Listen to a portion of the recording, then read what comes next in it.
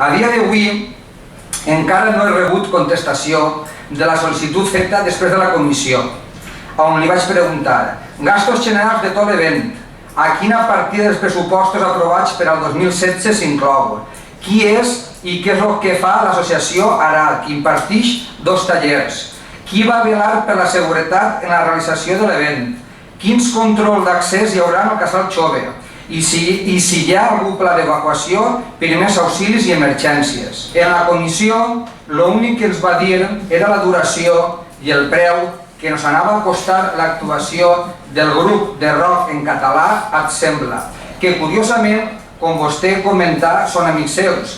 Clientelisme i transparència, això està molt bé. En el seu artículo 4 diu: los espectáculos públicos deberán reunir las condiciones necesarias de seguridad para el público asistente, los trabajadores, así como la prevención y protección de incendios, facilitando la accesibilidad de los medios de auxilio externos.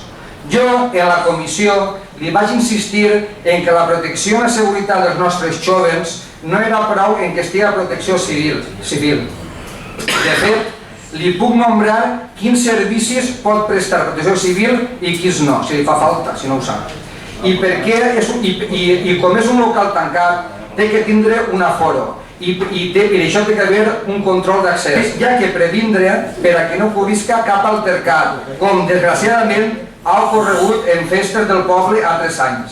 A veure si és possible que ací i avui, res de la pròxima comissió, davant dels presents i radioients, vostè siga capaç de deleitar-nos en les seues respostes. Moltes gràcies.